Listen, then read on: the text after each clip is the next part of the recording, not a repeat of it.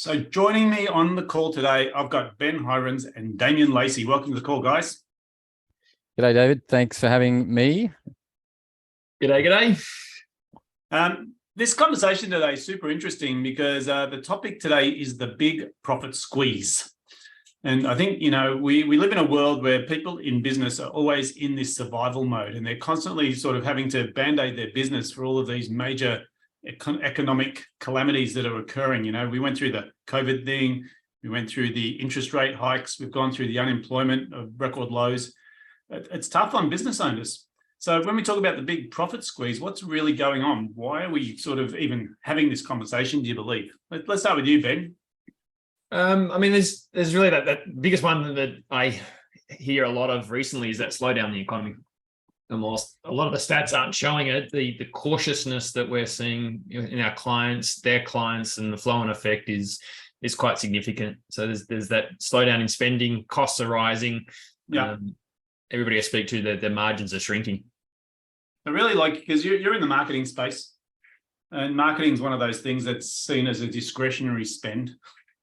So when the economy takes a bit of a nosedive and sort of people are panicking, what's the general tendency with marketing? What's marketing? Let's get rid of it.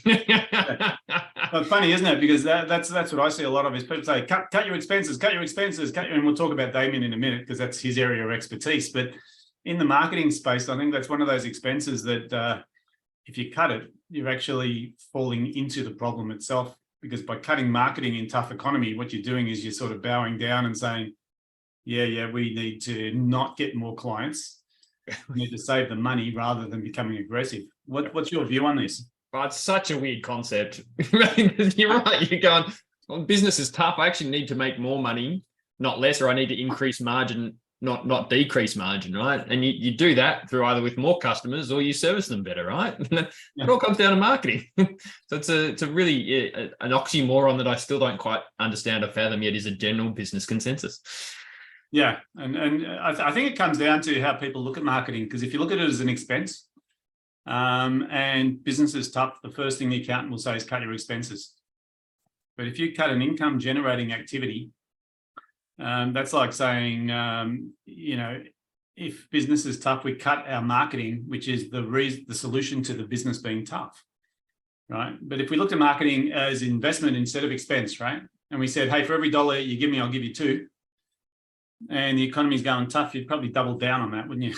You would. And I think the other thing to think about would be more as a cost of goods versus a pure investment. And whilst it is investment and gives you a return, it's not an investment in an accounting sense. Whereas if you treat it, and you should be building your marketing models that it's a cost of goods, right? So we spend $10, we make 100. So let's spend $100 to make 1,000. So it's a real shift of mindset is what it's after. Interesting. So Damien, you're in the lean manufacturing space. So you literally help people eliminate waste in their business. Yeah, that's right. And we're not talking about Cleanaway here. We're talking about waste. No, we're talking about they are a client of ours, but we won't talk about them. We're talking more in terms of business processes waste, and so it's trying to make yourself more efficient, more cost effective, but also, and this is probably the majority of the case, is building capacity to take on more work. And that's gonna increase your profitability as well. Like, it's a pretty simple equation. If you can make things or do things more cheaply, and you can do more of it, you can book more revenue, then your profitability is going to increase, isn't it? And just sort of picking up on the point there, though, in terms of investment, and then maybe offsetting some of your expenses in the short term, so things like marketing. But it's the same in other parts of your operation as well. Trying to reduce costs for a certain period of time. Like, we won't invest in that bit of equipment. We'll get rid of all our casuals. We'll reduce any overtime. We won't try and do anything differently.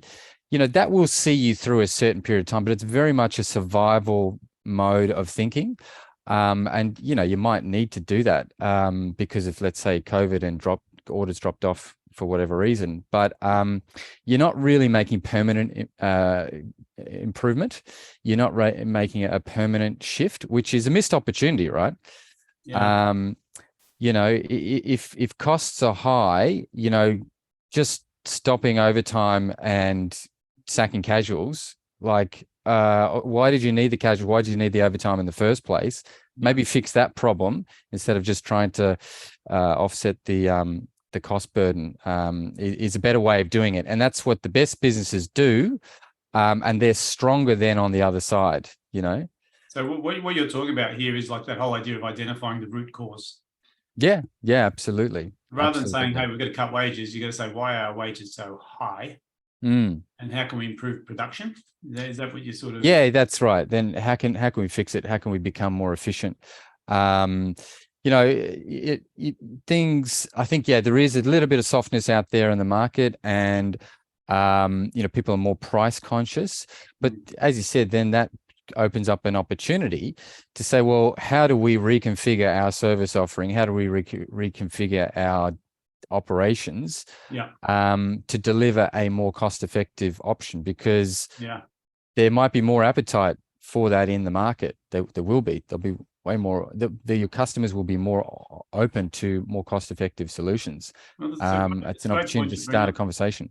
Yeah, it's a great point you bring up, because I want to talk about this idea of playing to win versus playing not to lose. Okay? Because whenever we see big shifts in the economy, the first reaction or response by business is stop. Right? We're not doing anything right now until this blows over. Right? And that to me is the playing not to lose strategy, which is saying, well, until we know what's happening, we can't make a decision.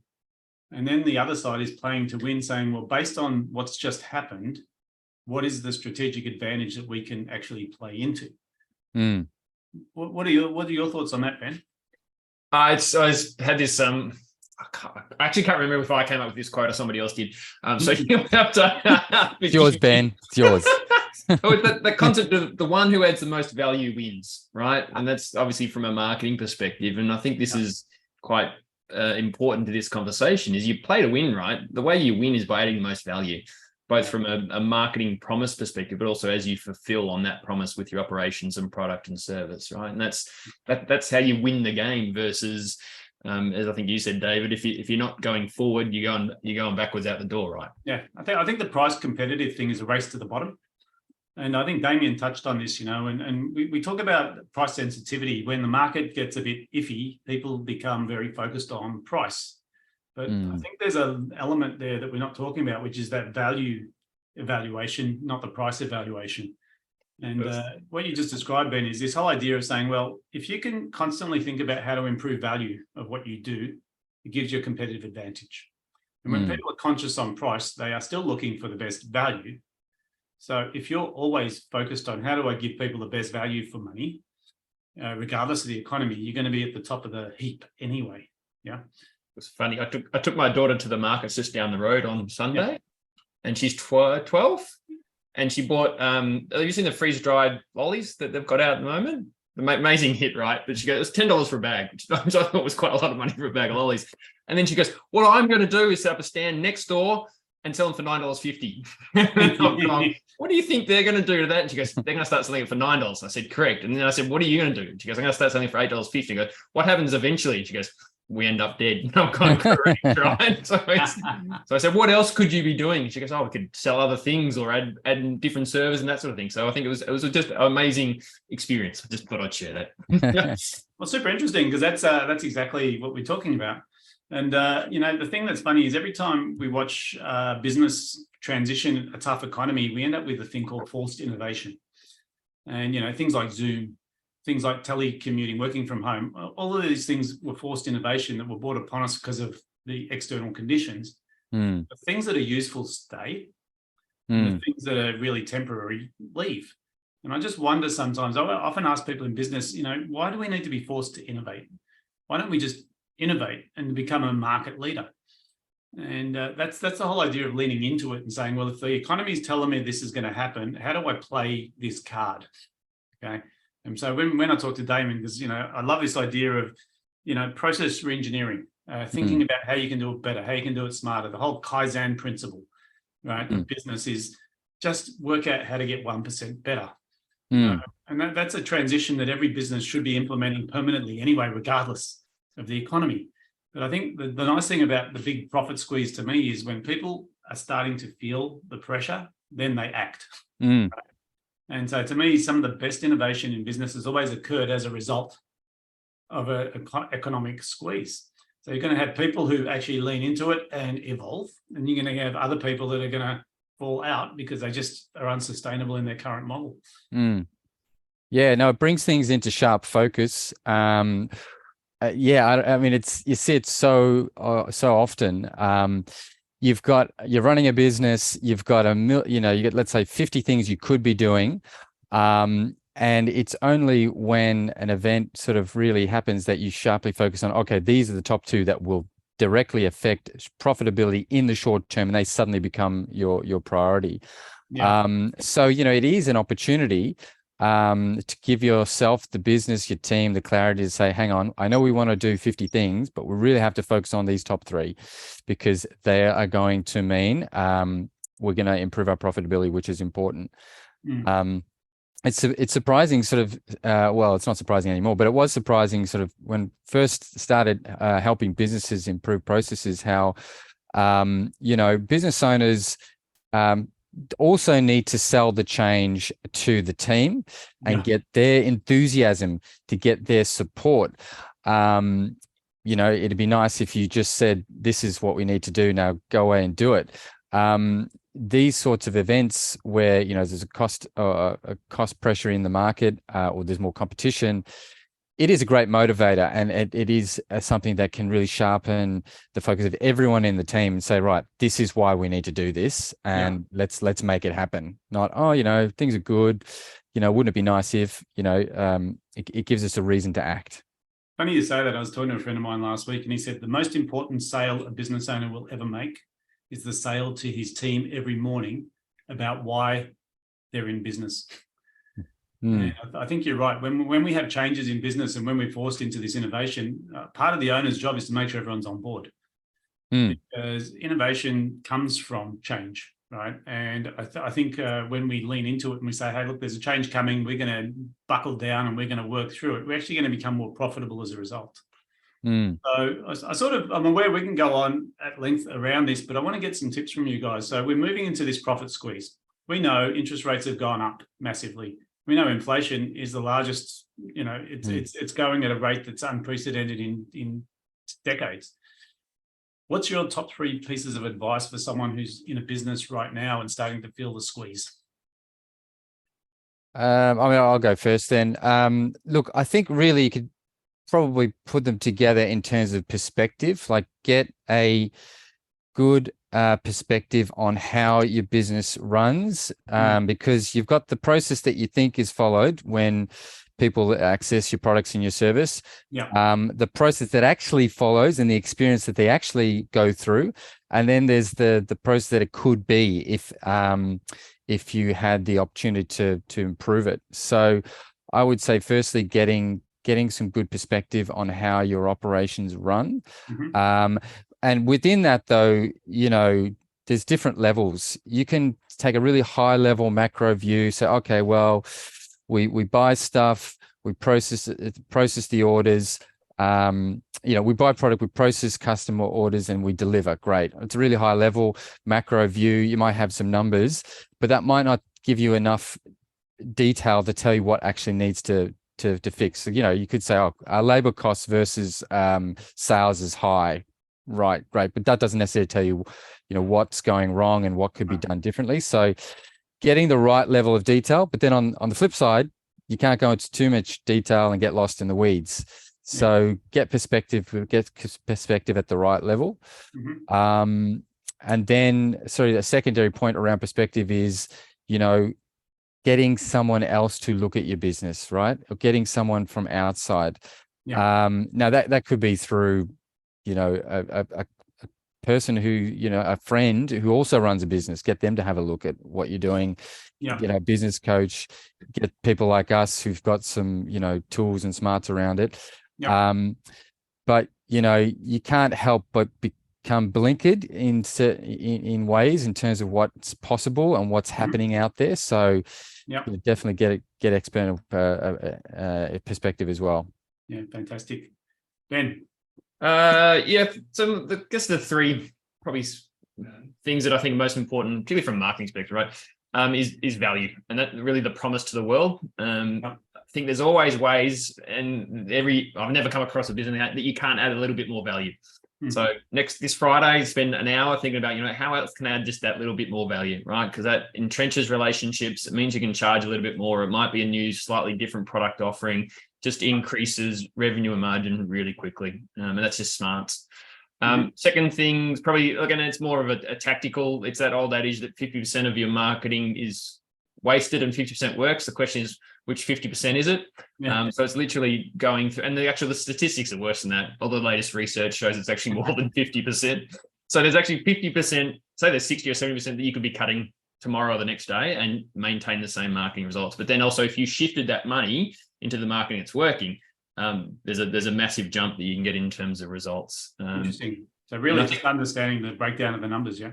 Yeah, correct. And what's in tracking and reporting and that sort of thing, which is pretty simple and easy in this day and age. And the third thing is just that mentality of improvement process, right? Is every week and every month, how do we get that little bit better? It's like Einstein said, compound interest is the eighth wonder of the world.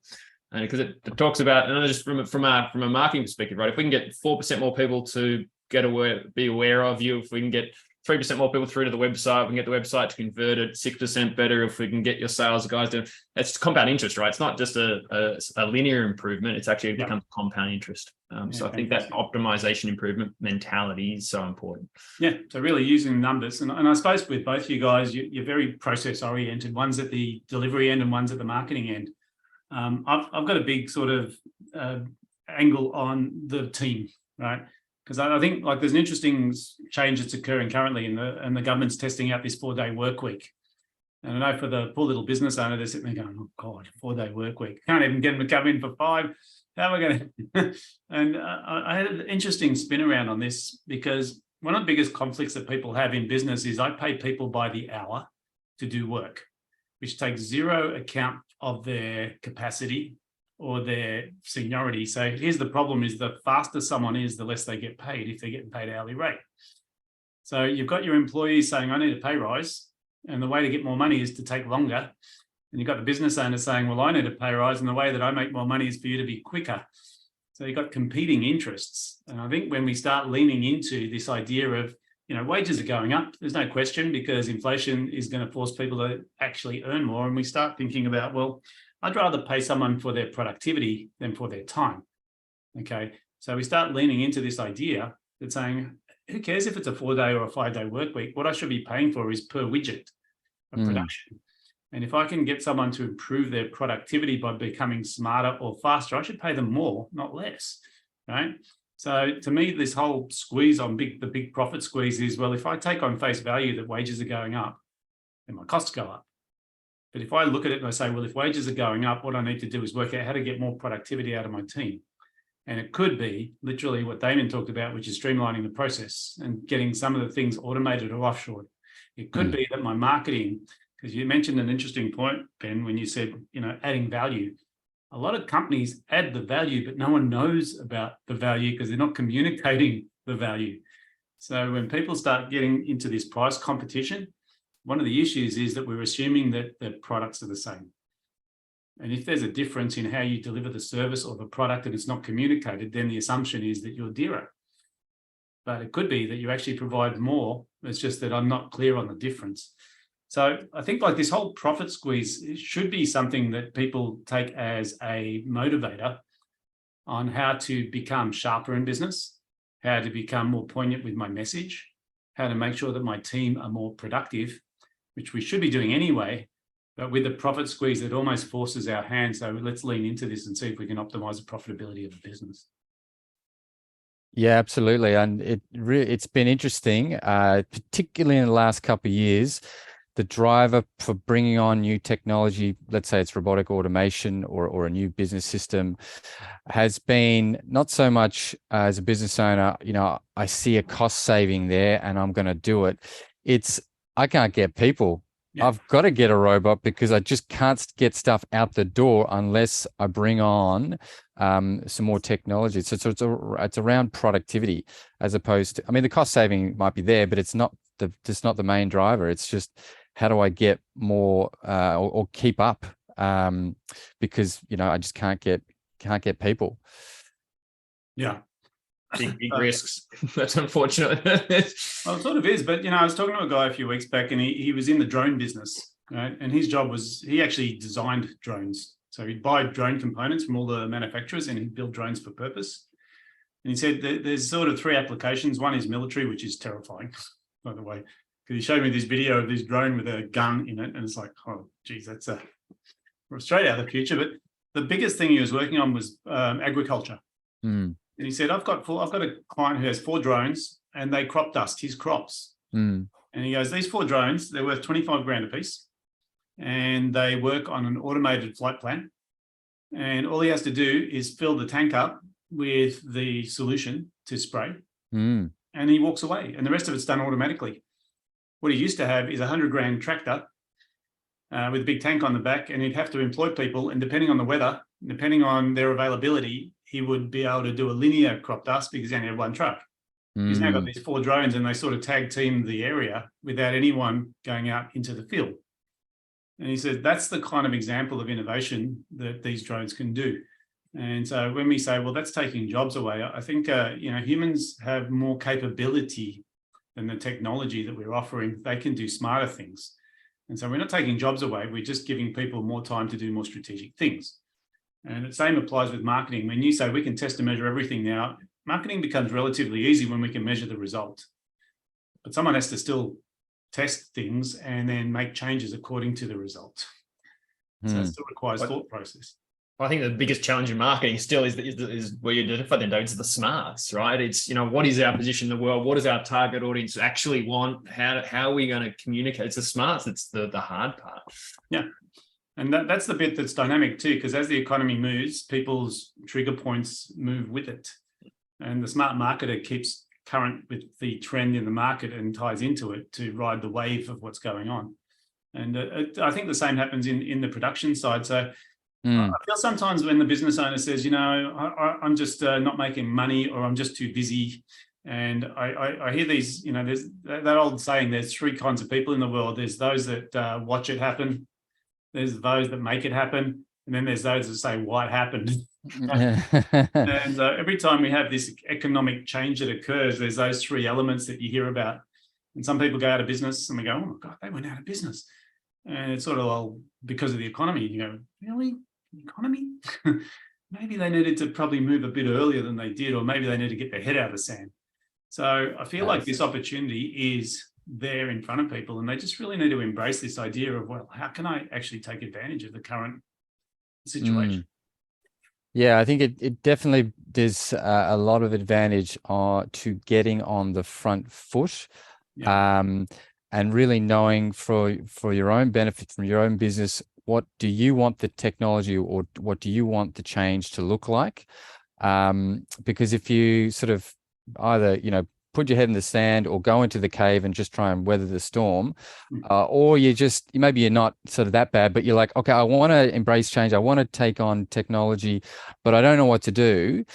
Then you get led by a vendor, and nothing wrong with vendors, but right now in particular, there's so many options in terms of technology, automation, software tools, that you cannot take a vendor-led approach. You cannot sit down with a technology vendor and say, what can you do for me? They will have, a solution for every problem that you have in their kit bag, or it's an update away, right? But that's not necessarily what's the best solution for your business. You really have to lead the vendors and say, listen, this is the way my business runs. These are the changes and improvements I wanted to make, because I know how my processes work. Now, how does your solution support that? So it's got to be a process led discussion rather than a technology or a vendor led discussion. Yeah. Apologies to any vendors that might be today, but I think the better ones would agree with that. Yeah, and even when we talk about marketing, it's the same, and recruitment. Mm. People say, I just need some good people in my business. And I go, well, a mentor of mine told me one time, he goes, in business, you get the people you deserve. And that was like very painful. But I think it sort of reminds us that, there's no magic wand. I think if you're clear on what you're looking for and you go out to the marketplace, you can find it. But if you're sitting there hoping it drops out of the sky, that's the what happened guy. Yeah. Guys, look, this has been really helpful. And I think for anyone who's feeling the profit squeeze right now, we've got some great sort of tactical things in there that they need to be looking at. But to me, it's a progression. I think you touched on it quite well at the end there, Damien. The business owner's job is to lead. And they need to have clarity of what they're trying to build and what the market is, what the prediction is in the marketplace. And if they can sort of use their prediction to guide the vendors, same with the marketing, which channels should I use for marketing? Well, the answer is where your clients are looking.